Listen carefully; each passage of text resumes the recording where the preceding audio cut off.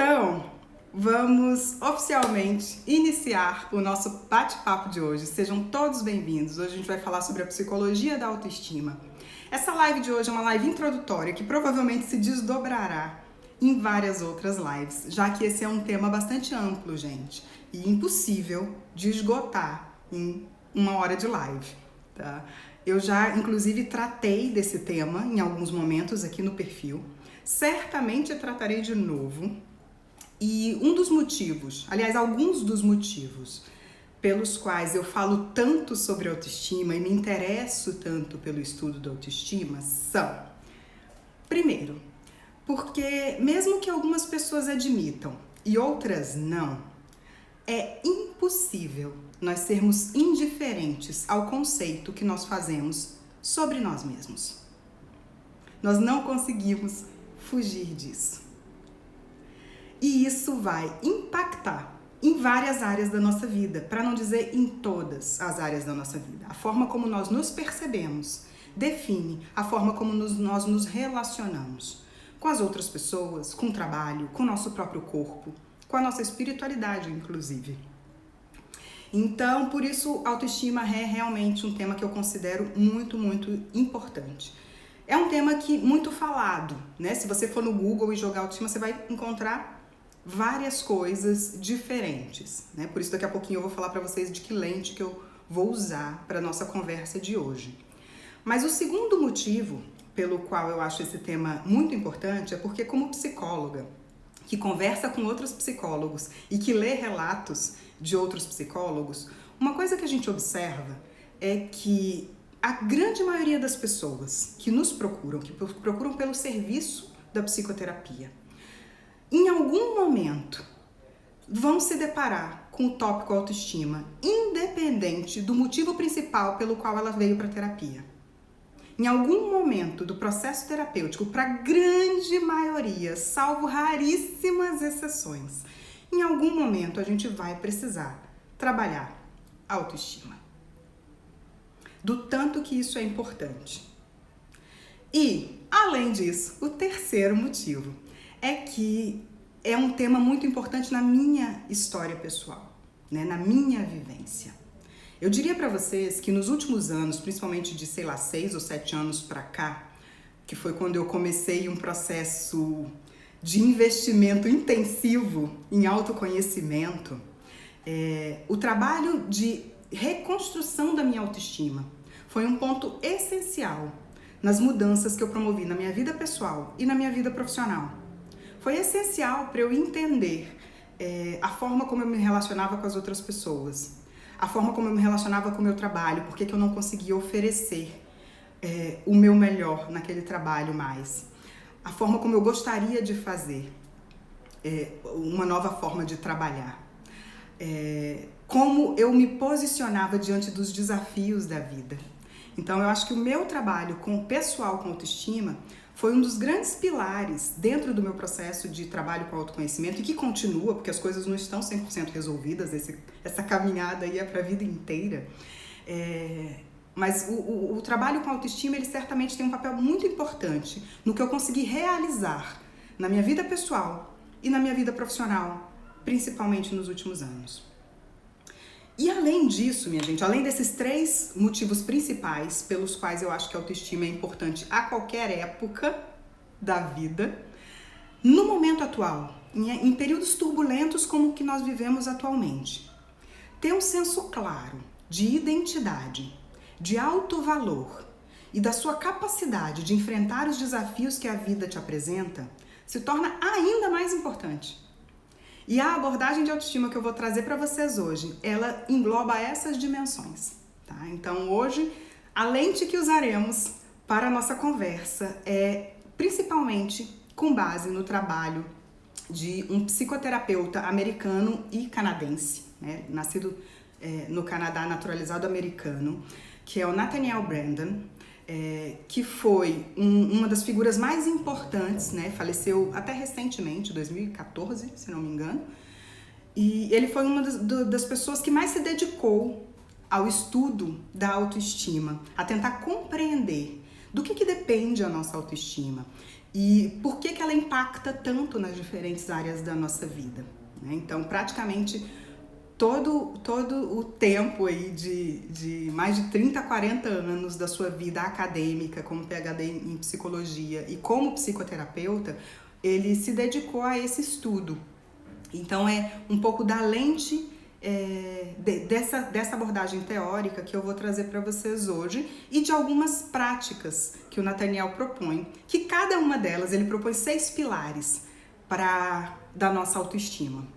Mas cada uma delas dá mais de uma live. Cada uma delas dariam várias lives. Então talvez a gente não consiga abordar os pilares hoje, talvez eu só cite. Isso se desdobre em conteúdo no perfil aí nos próximos tempos, em posts e em outras lives.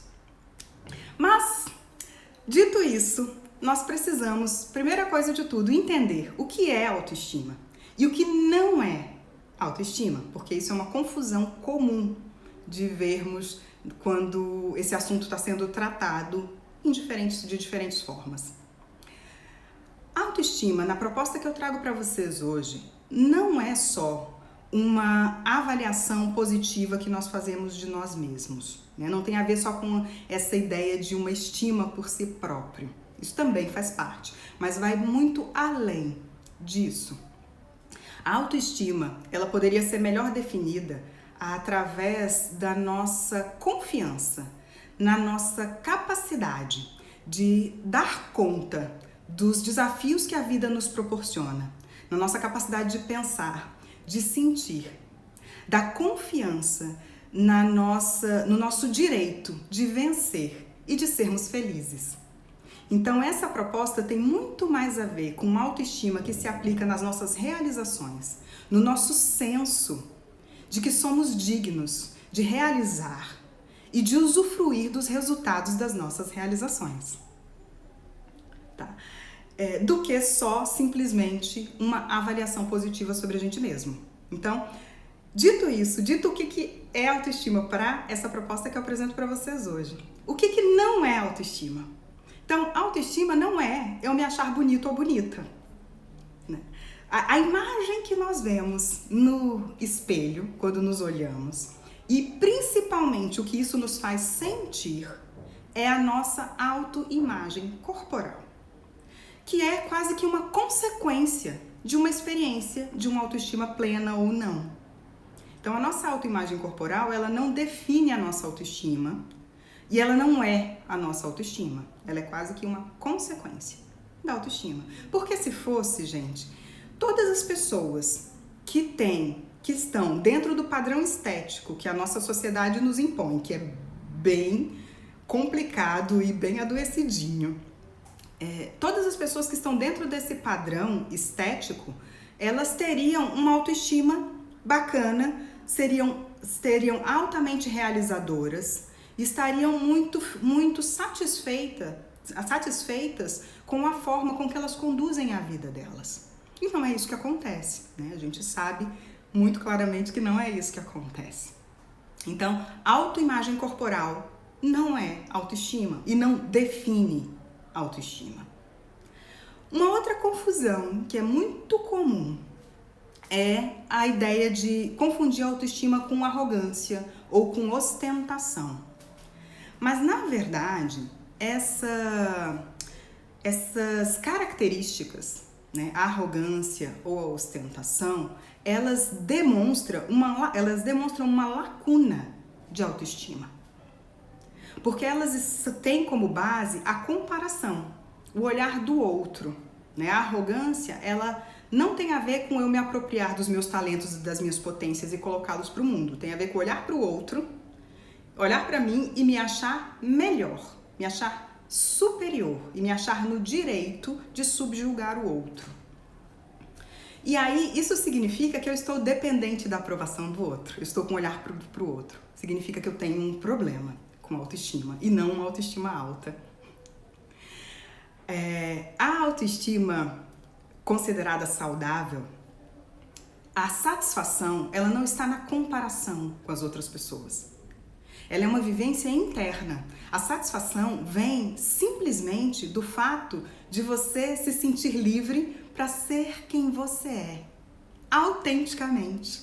E isso vai fazer com que algumas pessoas gostem e outras pessoas não gostem. E tudo bem. E faz parte do processo, assim como nós gostamos e não gostamos de várias pessoas. Então, a autoestima tem a ver com esse processo interno, tem a ver com a nossa opinião sobre a gente mesmo, com quanto a gente se sente à vontade para ser quem a gente é. E não com a aprovação do outro, a necessidade de aprovação. E aí, se eu preciso ter o carro do último modelo, se eu preciso ter a casa X, se eu preciso que as pessoas ao meu redor saibam que eu estou bem, feliz, e se eu preciso ostentar, eu tenho um problema com a autoestima. Agora, uma outra coisa eu posso comemorar e devo as minhas vitórias. Mas se eu tô precisando do olhar do outro, a gente não tá falando de autoestima. E na nossa cultura, a necessidade de aprovação, ela é uma necessidade muito, muito, muito, muito estimulada. Para vocês terem uma ideia, vou trazer um dado prático para vocês. O Google, no final do ano passado, divulgou uma lista dos temas mais pesquisados lá na plataforma durante o ano de 2019 no Google Brasil. Essa lista ela foi uma lista por categorias e na categoria de perguntas que começavam com como fazer, a pergunta como fazer que as pessoas gostem de mim ficou em terceiro lugar. Só perdeu para como fazer ovos de Páscoa e como fazer inscrição no Enem. Que eu acho que, inclusive, são duas coisas muito mais úteis do que a gente perguntar por quê, como fazer as pessoas gostarem de mim. Mas esse é um dado muito importante porque a gente está falando de uma das plataformas de pesquisa mais utilizadas no mundo. Então, para essa pergunta ter ficado em terceiro lugar, foram milhares de pessoas que digitaram isso lá no Google. Para vocês verem como a nossa necessidade de aprovação, ela está arraigada na nossa cultura. E aí, minha gente, quando a gente tá com uma necessidade de aprovação muito grande, o nosso olhar está voltado para o outro, significa que vai ser muito difícil eu olhar para mim mesmo e encarar as minhas questões, as minhas limitações, as minhas sombras. Então, olhar para a nossa própria autoestima de uma forma franca pode ser muito desconfortável. E aí a nossa cultura vai ser também especialista em nos oferecer formas de nos anestesiar de nós mesmos, né? De nos distanciar da nossa análise, a nosso próprio respeito. Para vocês, é só a gente pensar um pouco em quais são os valores mais altos da nossa cultura. A gente vai ver que eles estão muito ligados a lucro, entretenimento, entretenimento e consumo. Né? Consumo, lucro e entretenimento são os valores mais altos da nossa cultura. E eles funcionam como formas de anestesia muitas vezes, de fugir de olhar para a gente mesmo. Não quer dizer que a gente não tenha que fazer essas coisas, elas fazem parte da nossa vida. Mas significa que quando a gente usa isso para fugir do contato com a gente mesmo, isso pode nos denotar um problema de autoestima. Nesse momento atual de quarentena, é muito fácil ver isso. Né? Quantas pessoas entraram em crises de ansiedade importantes porque perderam essas distrações? Quantas pessoas a gente vê aí, né, fazendo de conta que a quarentena acabou, lotando bares porque não aguentam mais olhar para dentro de si, sem distrações. E aí, quando eu não aguento olhar, encarar a minha autoestima, que é a percepção que eu tenho ao meu próprio respeito, de frente, olhos nos olhos, aí eu vou achar algumas estratégias que nem sempre serão conscientes, de fuga.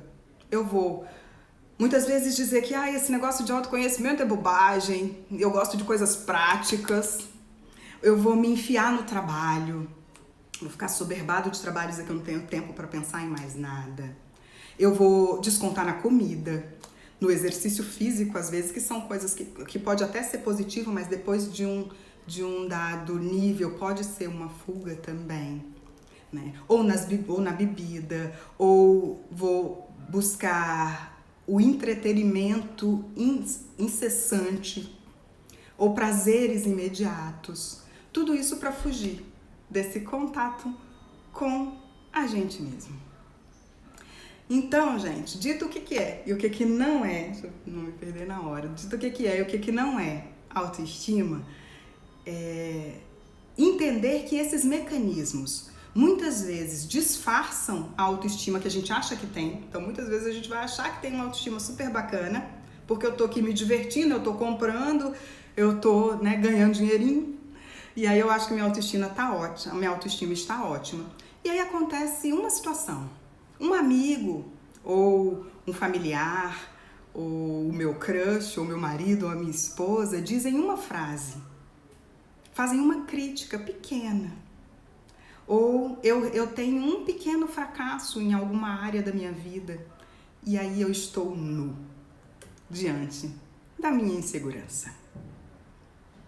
Por isso que a gente precisa entender que a construção da autoestima ela é uma construção interna, intrínseca, e é um pilar que vai te ajudar a atravessar inclusive os momentos mais desafiadores da sua vida. Que vai ajudar a você passar por momentos que vão acontecer na vida de qualquer pessoa, né? Momentos dolorosos e desafiadores vão acontecer na vida de qualquer pessoa.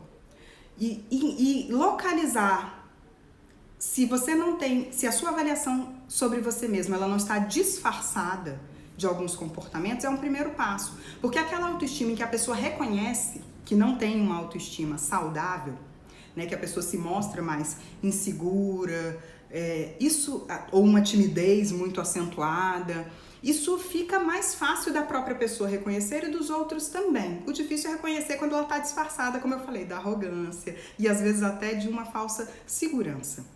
No meu processo pessoal, o meu processo pessoal com autoestima foi tão difícil porque eu estava no segundo caso, né? Porque eu nunca transmiti muito a imagem de insegurança, muito pelo contrário. E a minha autoestima, ela tinha a ver com uma certa dureza, até, com uma autenticidade equivocada, que eu achava que eu podia dizer o que eu quisesse para quem eu quisesse. E me dar conta da minha baixa autoestima foi o que fez eu conseguir me conectar com um lado meu doce e suave, que nem eu sabia que existia. Um lado que era muito mais sensível do que o que eu queria transparecer para mim mesma e para as outras pessoas. E aí, gente, é a mágica de você encarar a sua autoestima de frente, porque é libertador. Porque aí você se dá ao direito de chorar, de errar, de pedir desculpas, de ser inadequado e depois aprender com isso, de se colocar vulnerável diante das pessoas, de tomar uma atitude, uma iniciativa, mesmo sem garantias de que resultado aquela atitude, aquela iniciativa vão ter. Você se dá ao direito de simplesmente vivenciar a experiência do aqui e agora, como ela está acontecendo. Você se dá o direito de se expor, sem a vergonha, que é um sentimento que nos leva para a desconexão de nós mesmos, porque nos faz sentir não pertencente. E nós, humanos, temos a necessidade de pertencer, mas isso é tema para uma outra live. Então, uma autoestima saudável, ela também nos faz passear com mais tranquilidade nesses lugares que são lugares de desconforto, muitas vezes. E faz também, por outro lado, que eu consiga me apropriar das minhas potências, dos meus talentos e colocá-los para o mundo sem constrangimento. Vocês estão aí ainda, minha gente, que parou de subir o negócio aqui? Eu não sei se travou, se tá tudo bem. Acho que sim, né? Me deem um joinha se tá tudo bem. Com o som e com a imagem. Porque pararam de subir aqui as coisinhas, eu não sei se vocês ainda estão aí. Mas aparece. Tá, estão aí. Já começaram a chegar. Ok. Então, gente, então retomando, antes que eu achei que tinha travado, a autoestima saudável, ela vai nos permitir tanto nós encararmos as nossas fragilidades, as nossas sensibilidades, as nossas perdas e os nossos fracassos, que fazem parte da caminhada e do aprendizado dessa vida, como encarar os nossos talentos, as nossas potencialidades e colocá-los para o mundo sem constrangimento, né? Sabendo que nós somos merecedores de colher os frutos dos nossos esforços. E vai evitar também o que o Brandon chama de ansiedade da felicidade ou ansiedade do sucesso, que é uma experiência que as pessoas com baixa autoestima vivenciam quando tudo vai bem na vida. É uma espécie de temor, ou até às vezes de pavor, e uma certa desorganização, que quando as coisas estão indo muito bem, e isso bate na baixa autoestima, dá uma certa insegurança. Isso é a ansiedade da felicidade. Antes de explicar a ansiedade da felicidade, eu vou fazer um parênteses aqui para diferenciar de uma outra coisa, que é um sentimento de um certo alerta, um certo estadozinho de alerta, até uma certa ansiedadezinha, que é comum quando a gente realiza coisas importantes pra gente, né? Então, quando eu vou dar uma palestra, né? Você pode perguntar inclusive para palestrantes muito experientes, para artistas, antes de subir no palco, como é que eles estão, eles vão falar de um coração acelerado, vão falar de uma certa ansiedadezinha. Quando a gente vai num primeiro encontro com alguém que a gente quer muito, quando a gente vai para uma reunião importante no trabalho, todas as vezes que a gente vai realizar alguma coisa que é muito importante pra gente, existe um estado de alerta que a gente se coloca e uma certa ansiedadezinha. Isso acontece com quem tem problemas com autoestima e com quem não tem, que são poucas as pessoas nesse planetinha, né? Mas isso acontece de uma forma geral. E isso tem a ver, inclusive, com um processo evolutivo nosso, tá? Porque o nosso cérebrozinho, que tem bilhões de anos, ele foi sendo desenvolvido, ele evoluiu a partir de uma prioridade, que é nos manter vivos, garantir a nossa sobrevivência. Então, o nosso sistema, uma boa parte do nosso sistema, ele foi desenvolvido para identificar perigos e ameaças, para que a gente possa se antecipar a esses perigos e ameaças e continuar sobrevivendo. E assim tem que ser, porque se não fosse por isso, nossos ancestrais lá das cavernas teriam ficado na boca do mamute e nós estaríamos aqui tendo essa interação, né? Se eles estivessem tranquilões lá, autoconfiantes o tempo inteiro, seguros de si, saindo para caçar sem nenhuma preocupação, provavelmente a espécie não teria sobrevivido. Então, esse nível de algum estresse ótimo ou de um certo estado de alerta que a gente se coloca em situações que são importantes pra gente, situações positivas que são importantes pra gente, faz parte do humano. E é importante ter isso, porque é isso que nos prepara para encarar essas situações. Então, como eu falei, quando eu vou dar uma palestra, quando eu vou ligar a live, os 5 minutos anteriores, o coração dá uma aceleradinha. Às vezes eu penso, por que eu inventei isso, gente? Pra que eu quero fazer? Por que eu não fico no meu consultório atendendo as pessoas? E tá ótimo. Durante, esse sentimento vai se modificando. E aí depois existe a satisfação interna, quando é a próxima. E aí a gente sabe que a gente está fazendo alguma coisa que tem a ver com a nossa essência mais profunda. Então, esse estado, ele é um estado natural. Então, ter uma autoestima saudável não significa que a gente não vai sentir medo. Não significa que a gente vai estar confiante, seguro de si o tempo inteiro, né? Não é isso que é uma autoestima saudável. Significa que nesses momentos, esse sentimento, essa sensação e essa reação do nosso sistema não vai nos paralisar. A gente vai conseguir agir apesar disso. Porque aí, quando eu começo a deixar de fazer coisas, eu não vou à praia porque eu estou insatisfeita com o meu corpo. Eu não vou mandar aquela proposta no trabalho porque eu sei que nem vão aceitar mesmo. Eu não vou tentar convidar aquela pessoa que eu quero tanto para sair porque eu acho que ele nunca ou ela nunca vai olhar para mim. Então, quando a gente começa a se privar de coisas em função do resultado disso, ou da ansiedade que a gente vai passar durante o processo, aí nós estamos falando sim de um problema de autoestima, né? Significa que além dessa questão que eu contei para vocês, que é um pouco evolutiva, soma-se uma dificuldade daquela pessoa de conseguir olhar para ela própria como sendo merecedora de vencer e de ser feliz, né? E aí vem a ansiedade da felicidade, é aí que se encaixa a ansiedade da felicidade, porque a ansiedade da felicidade, ela cria uma contradição entre o que a pessoa vivencia, que está indo muito bem na vida, e a visão mais profunda que ela tem dela própria. Então, ela não considera que aquilo é apropriado para ela. A ansiedade da felicidade vai gerar os comportamentos de autossabotagem. Então, de repente, eu vou para aquela reunião de trabalho que é super importante sem estar tão preparado assim, para confirmar que eu não sou competente, que é a visão que eu tenho de mim mesmo. De repente, eu vou criar um conflitinho por nada no meu relacionamento, para o outro me abandonar. Ou eu vou trair antes de ser traído. Ou eu vou fazer consecutivamente, eu vou promover consecutivamente conflitos nas minhas relações para as pessoas me abandonarem, para eu confirmar que eu não sou digno de ser amado e aceito. Então, os comportamentos de autossabotagem, eles aparecem muito nesse lugar e não há como ser indiferente a isso, porque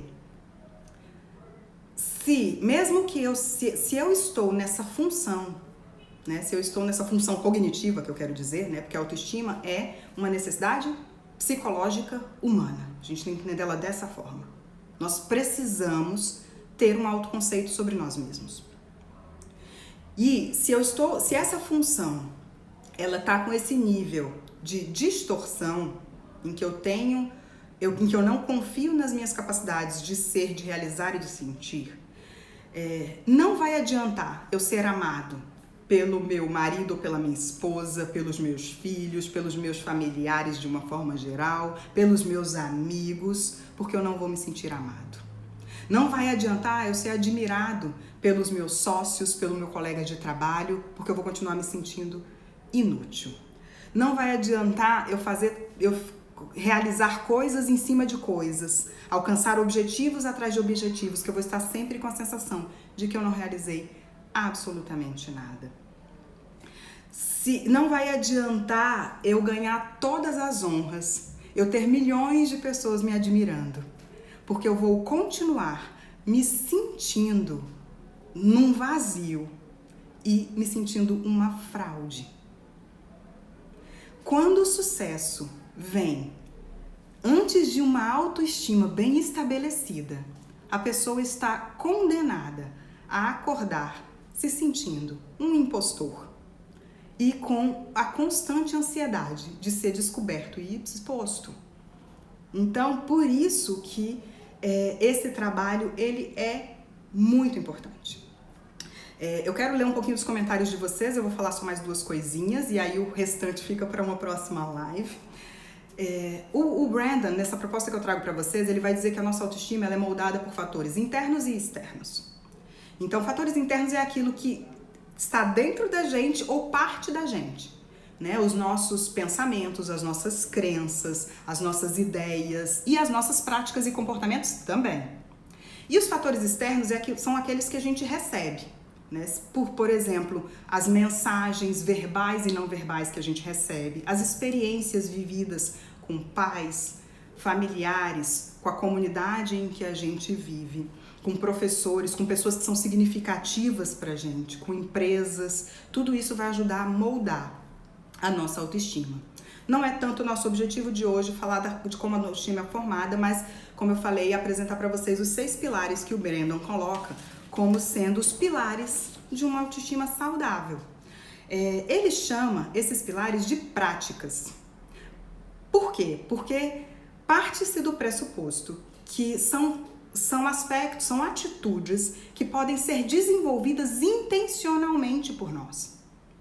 Então a gente tem que só ter um cuidadinho aí, porque é muito comum hoje a gente abrir a internet lá e ver 10 dicas para melhorar a sua autoestima. Faça isso, isso, isso, isso. Aí você faz as 10 dicas, aí como eu falei, acontece uma situaçãozinha na sua vida, você é deixado por alguém que você ama. E aí você está nu, de novo, no deserto. Que significa que a sua autoestima foi embora com aquela pessoa, a sua autoestima estava ancorada naquela pessoa. Então, as práticas que o Brandon propõe não são práticas no sentido de lista de coisas para serem feitas, são atitudes que nós precisamos desenvolver ao longo da nossa vida e para o desenvolvimento de cada uma dessas atitudes que são constantes, que é um desenvolvimento constante, nós precisamos, na verdade, fazer várias coisas, de várias práticas. E para cada pessoa podem ser coisas diferentes, inclusive. Vários caminhos podem levar ao desenvolvimento dessas atitudes. E os 6 pilares, eu trouxe aqui para não esquecer de falar para vocês, são a prática de viver conscientemente, a prática da autoaceitação, a prática da autorresponsabilidade, a prática da autoafirmação, a prática de viver com propósito e a prática da integridade pessoal. Provavelmente em alguma live aí pela frente eu fale um pouco sobre cada um desses 6 pilares que o Brandon nos propõe. Eu vou falar rapidamente agora, de uma forma bem rapidinha, sobre o pilar número 1, que é a prática de viver conscientemente. Como eu disse para vocês, não se trata, o que ele propõe não é uma listinha de coisas, faça isso, faça aquilo e tá aí a sua receita de bolo para autoestima, mas é desenvolver essa atitude diante da vida. Viver conscientemente significa a gente minimizar os nossos padrões automáticos. Para minimizar os nossos padrões automáticos, nós precisamos nos dar conta de quais são eles. Todas as vezes que a gente inicia um novo hábito ou um novo comportamento, nós estamos, em geral, conscientes daquilo quando a gente começa. Tá? Vamos pensar uma coisa mais simples para depois ir para o mais complexo. Vamos pensar quando a gente aprende a dirigir. Né? Eu aprendo a dirigir, eu fico lá tensa, né? Agora é hora de virar, agora é hora de dar seta. Se o carro não é câmbio automático, agora está na hora de passar a marcha. E aí, à medida que a prática vai acontecendo, esses comportamentos eles ficam automatizados. Isso acontece com vários comportamentos nossos. Só que cada vez que a gente vai repetindo um comportamento, nós criamos ali, né, fortes sinapses que vão ser acionadas mais rapidamente sempre que a gente precisar. Isso significa que a gente automatizou o comportamento. E é muito importante que a gente automatize alguns comportamentos, porque senão a gente não consegue avançar e desenvolver coisas. Imaginem como seria dirigir um carro depois de 10 anos, como se você fosse um aprendiz. Ninguém aguentaria, né? Então, por isso, a gente precisa automatizar alguns tipos de práticas. Porém, o grande problema é que a gente faz isso com tudo, inclusive com as nossas práticas relacionais, a gente automatiza. Então, o outro fala, não tem aquele meme da internet? O outro fala, eu alguma coisa. O outro fala, eu suponho que eu sei o que ele vai dizer. Eu suponho sabê-lo. Eu suponho, por ter algum tipo de convivência com ele, já saber quem ele é. E perco as sutilezas daquela pessoa que se modifica na minha frente o tempo inteiro. Eu automatizo a forma de me relacionar com o meu trabalho, com as pessoas ao meu redor. Eu me automatizo a forma de me relacionar com o meu corpo, com a minha alimentação. Eu automatizo a forma de me relacionar com a espiritualidade. Aí eu vou lá e faço uma coisa sem perceber e nem saber o que eu estou fazendo. Porque eu acho que aquilo compra meu espaço junto ao divino.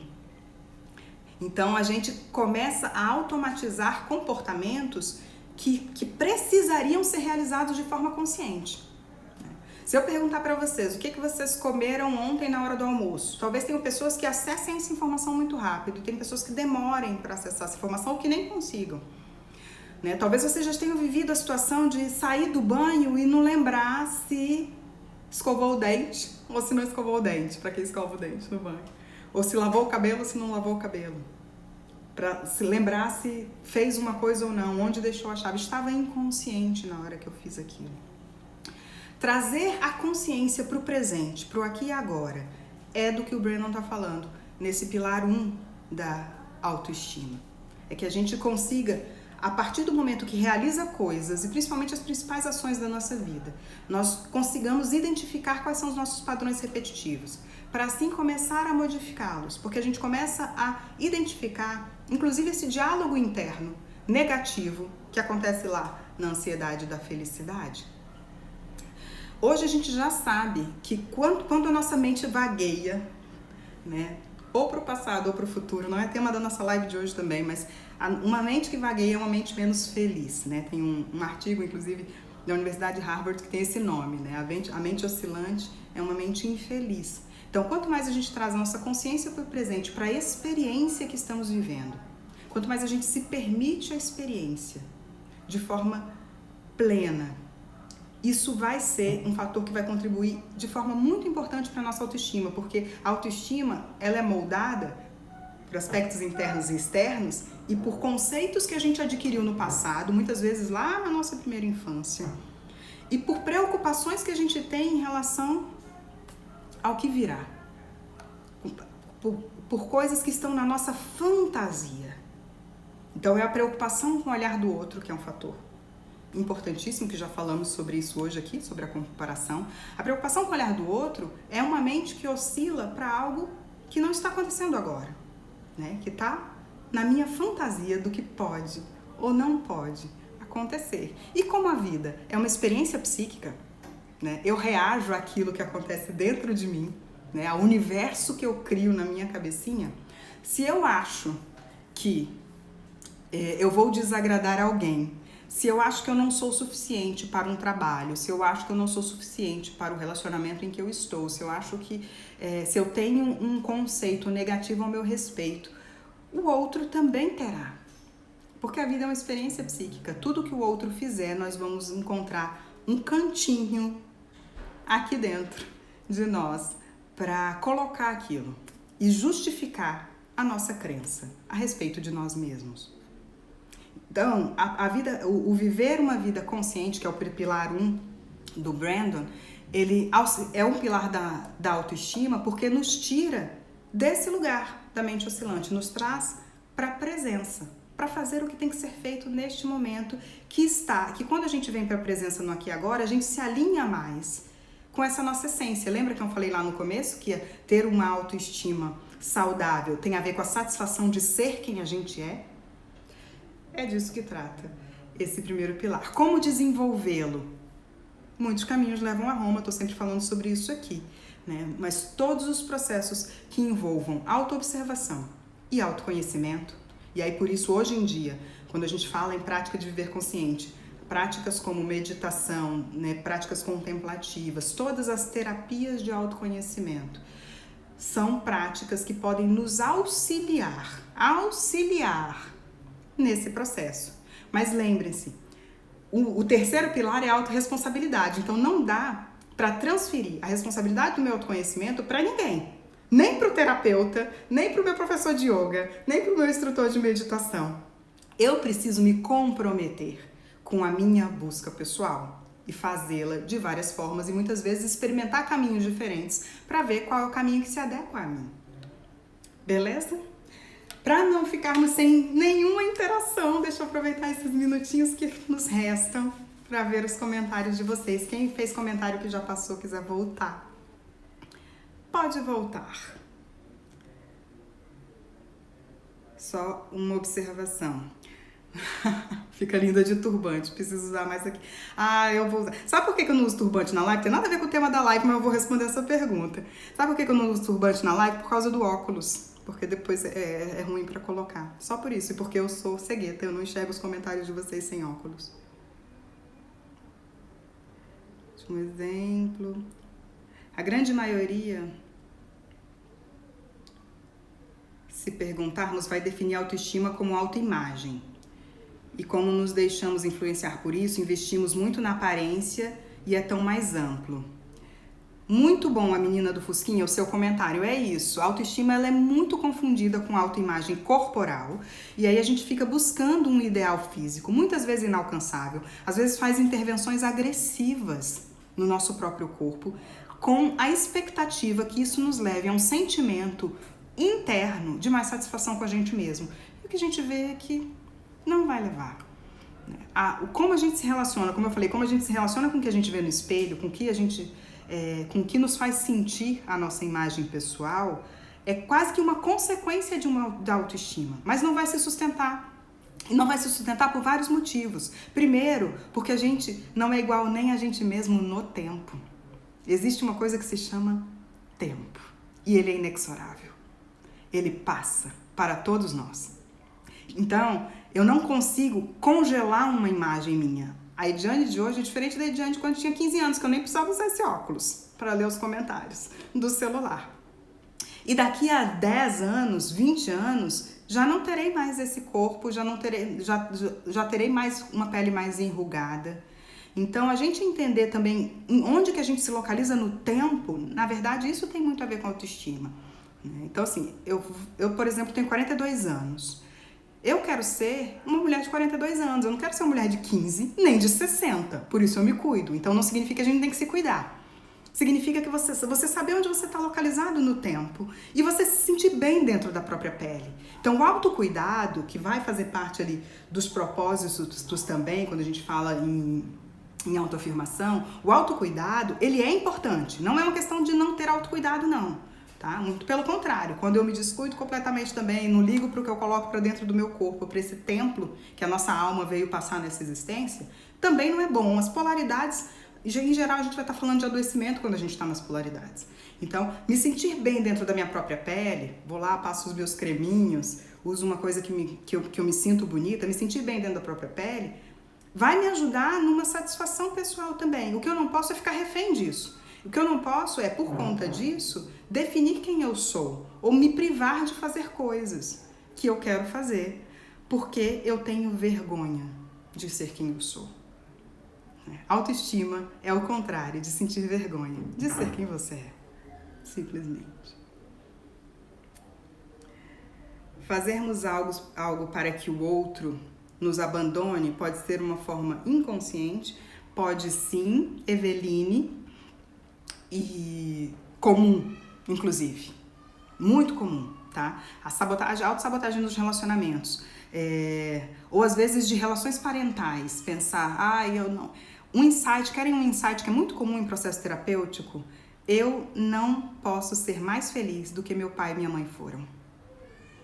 Em geral, esse é um turning point no processo da terapia, quando a pessoa chega a esse insight. Só que não adianta o terapeuta dizer isso pra ela tem que chegar sozinha, né? Mas, em geral, é um turning point, assim, é um ponto de mudança na atitude daquela pessoa com a vida. Porque muitas vezes nós fazemos alianças com a nossa ancestralidade, a gente acredita que ser mais feliz do que quem veio antes da gente vai ser desonrar a nossa ancestralidade. É justamente o oposto. A melhor forma de honrar a nossa ancestralidade é conseguir dar continuidade ao processo de evolução dela, né? É nós nos apropriarmos das nossas conquistas. Então, fazer algo para que o outro nos abandone é uma forma inconsciente, sim, de um padrão, é um padrão inconsciente que vai bater em algum momento em alguma questão relacionada com autoestima.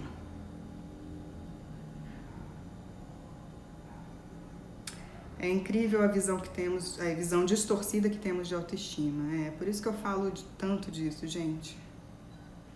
Fico muito ansiosa toda vez que tenho que fazer algo importante, a Ana tá falando. É aquilo que eu falei, Ana, uma ansiedade mínima, um estresse ótimo, mínimo, que não te paralisa, vai ser normal. E não adianta brigar com isso. Você vai estar tentando brigar com um cérebro de bilhões de anos.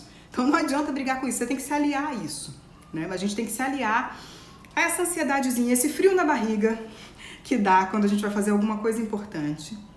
Porque é ultrapassar isso, realizar. A gente vai ter contato com um processo que aumenta muito a nossa autoestima depois que a gente passa desse estágio, que a gente realizou aquilo. E aí você fala, sou capaz dessa realização, né? Porque as realizações, as nossas realizações, têm muito a ver também, vão estar entre os 6 pilares do Brandon. Quanto mais a gente consegue se sentir capaz de realizar, mais a nossa autoestima também vai sendo reformulada. A gente vai modificando essa percepção que a gente tem sobre a gente mesmo. Então, quando eu traço metas pequenininhas para o meu dia, eu vou arrumar a minha gaveta de facas hoje. E eu faço isso, quando eu me comprometo com algo e eu cumpro aquele compromisso comigo mesmo, eu começo também a, aos pouquinhos, mexer no conceito que eu tenho a meu próprio respeito, tá? Então, a ansiedade, o medo, em algumas situações, eles vão ser normais. Você tem que chamar eles num canto e pedir para eles te aconselharem, porque o objetivo deles é preservar a sua vida e sua existência. Mas você não pode deixar que eles te paralisem. Quando eles te paralisam, aí significa que eles estão batendo em uma chaga um pouco mais profunda, né? Então, e muitas vezes o resultado, às vezes, nem vai ser positivo, gente. A satisfação, quando a autoestima tá bacana, ela vem do ato de fazer. Pode ser que eu arrisque, por exemplo, sei lá, num novo projeto de trabalho. E aquele projeto não deu certo, ou não terminou como eu imaginaria que fosse. O ato de tentar me traz uma satisfação intrínseca quando a gente está falando da vivência de uma autoestima plena. Eu dei o exemplo do ligar para alguém aqui. Pode ser que o convite que eu faça para aquela garota que eu tô afim, ou para aquele garoto que eu tô afim, não resulte num encontro, mas o ato de fazê-lo, a coragem de fazê-lo, vai começar a moldar a imagem que eu tenho ao meu respeito. Porque aí a gente passa a depender menos do olhar do outro, da aprovação do outro. O resultado é o olhar do outro, é a aprovação do outro. A autoestima, lembrem-se, é uma relação da gente com a gente mesmo, com as nossas capacidades de realização. Uns minutinhos ainda. Vamos ver se tem mais perguntas ou comentários. Boa noite. Adoro tudo bem.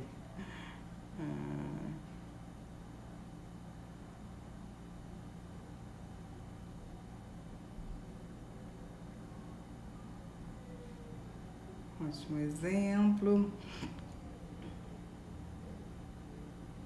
Eu passei anos da minha vida criando conflito e afastando pessoas. Por uma pele preta, o nome do Instagram. Eu também.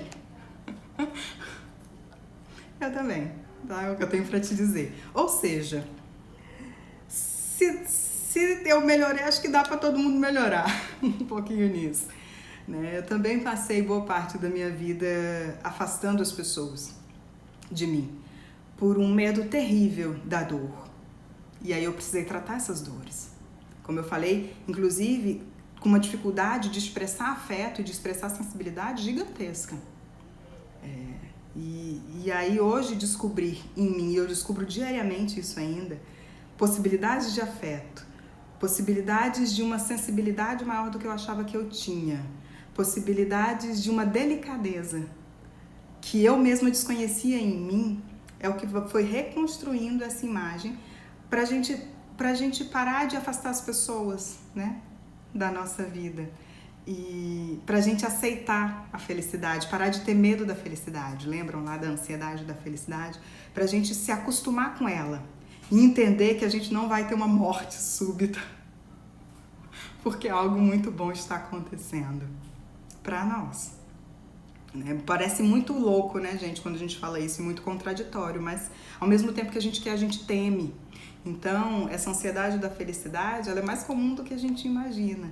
E a gente não tem que se acostumar só com as coisas, a gente se acostuma mais facilmente com as coisas difíceis do que com o bem-estar e com a felicidade.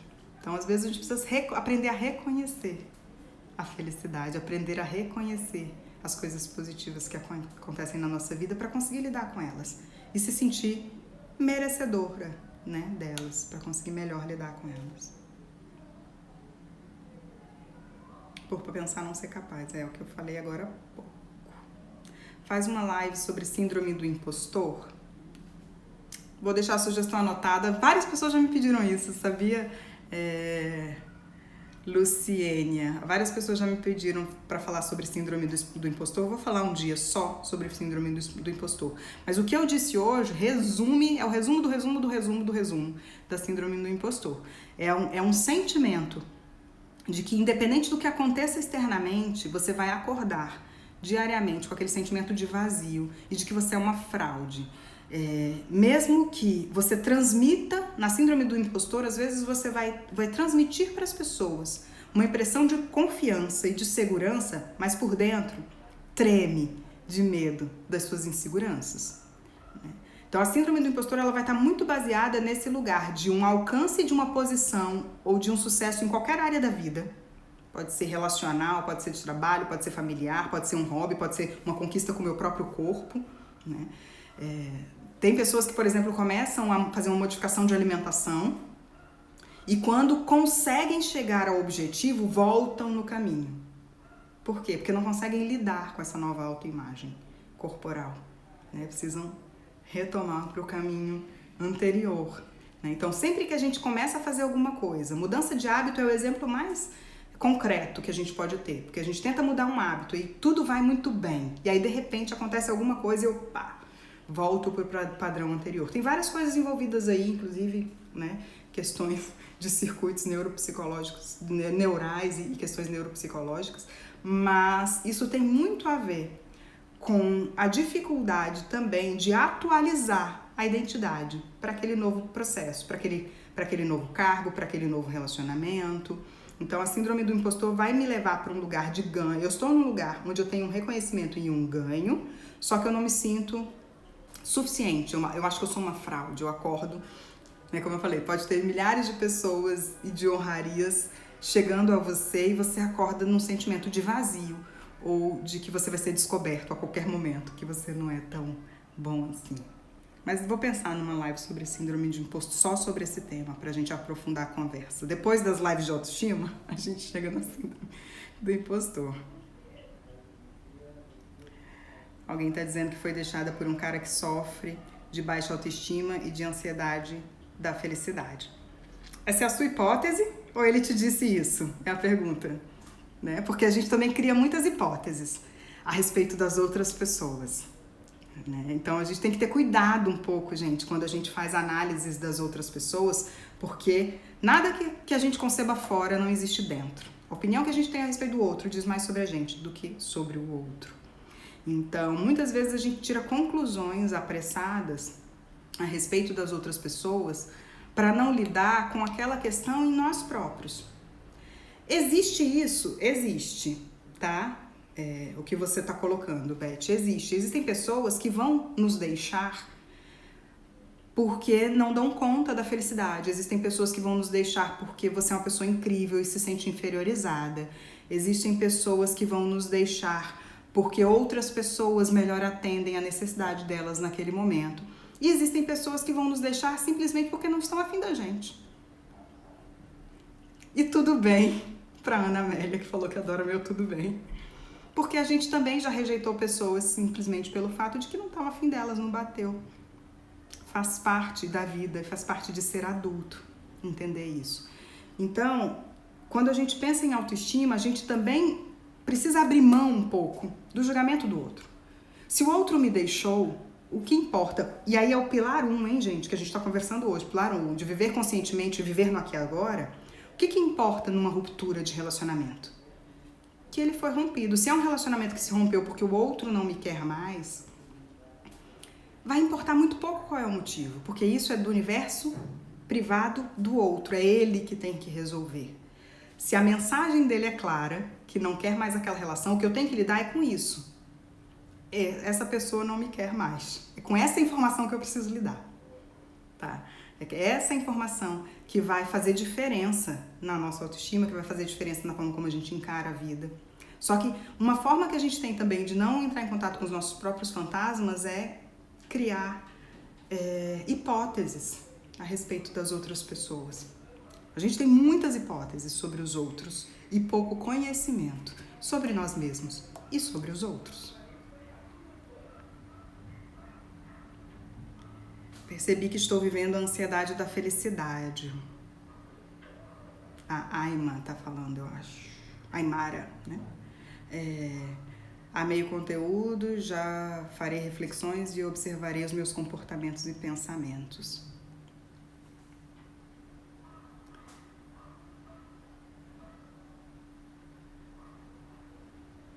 Tem uma pessoa falando, Luiz Lima, de mentira, né? Pegou uma pessoa que se relacionava há anos e mais uma mentira, discutiram, blá, blá, blá, blá, blá, blá. Quando você fala 10 anos mais uma mentira, eu me pergunto por que aceitas? É isso, minha gente. A autoestima não tem a ver com o que o outro faz com a gente, mas com o que a gente faz com o que o outro faz com a gente. É sempre a gente se perguntar por que a gente está aceitando aquela condição que o outro nos oferece. Porque o que o outro vai nos oferecer é do universo dele e a gente não controla. Não está sob o nosso domínio. O que está sob o nosso domínio é o que nós vamos fazer com o que o outro nos oferece. Aí isso sim está sob o nosso domínio. Então, muitas vezes eu ouço em processo terapêutico, mas eu não consigo, já mentiu pra mim, já fez isso, já fez aquilo, já me desrespeitou, né? Porque acaba atendendo muitas situações de relacionamentos mais adoecidos. E aí a grande questão é, por que você continua? E aí a outra pessoa vai dizer, porque eu amo, porque eu gosto. E aí a pergunta é, e de você? Você ama e você gosta? Se não é isso que a gente tem que trabalhar, A live vai ficar gravada assim, eu acho que o Instagram já vai me derrubar. Entender a ancestralidade do nosso lugar no mundo e conquistas sem culpa é um desafio. Vamos pensar, Camila, que entender a ancestralidade do nosso lugar no mundo e conquistas é um aprendizado? Eu acho melhor do que desafio, porque não é tão desafiador. Desafiador é quando a gente tem um obstáculo. A nossa ancestralidade não pode ser um obstáculo pra gente. Desafio é quando a gente precisa superar um obstáculo. A nossa ancestralidade, a gente tem que honrar. Ela nos fez chegar até aqui, mesmo que tenha sido por experiências dolorosas. Foi ela que nos fez chegar até aqui. Então, ela não pode ser um obstáculo na nossa vida. Ela tem que ser... É um aprendizado. Acho que eu gosto mais. É pensar que é um aprendizado. Tá bom? O que significa exatamente na prática a autoafirmação saudável? Isso vai ser... A autoafirmação é o pilar 3 ou 4? É o 4. É o pilar 4. Eu vou tratar depois dos pilares, cada um. Hoje eu falei só do primeiro, que é o viver conscientemente. Mas rapidamente, a autoafirmação tem a ver com a assertividade pessoal. Tem a ver com você honrar as suas necessidades e os seus desejos. Conseguir dizer os seus nãos. Colocar os seus limites. Tem a ver com você assumir as suas necessidades antes de assumir a necessidade do outro. Porque para ser verdadeiramente generoso com o outro, ajudar o outro, eu preciso ser isso comigo mesmo. Né? Então a autoafirmação na prática tem a ver com aquela história lá do avião. Em caso de despressurização da cabine, coloque a máscara primeiro em você e depois na pessoa ao seu lado. É você olhar primeiro para as suas necessidades, para onde você precisa dizer sim, dizer não, colocar limites e conseguir fazê-lo. Para depois você conseguir transbordar para o outro generosidade, compaixão e tudo isso que só vai autenticamente para o outro quando a gente está repleto disso por a gente mesmo. Minha gente, eu acredito que o Instagram já vai derrubar essa live em 1 minuto, porque pela hora, não sei nem por que ainda não nos derrubou, então eu me despeço aqui de vocês. Deixo um grande abraço. Segunda-feira que vem nos encontramos no mesmo bate-local, mesmo bate-horário, para mais um papo sobre a vida. Um beijo e boa noite.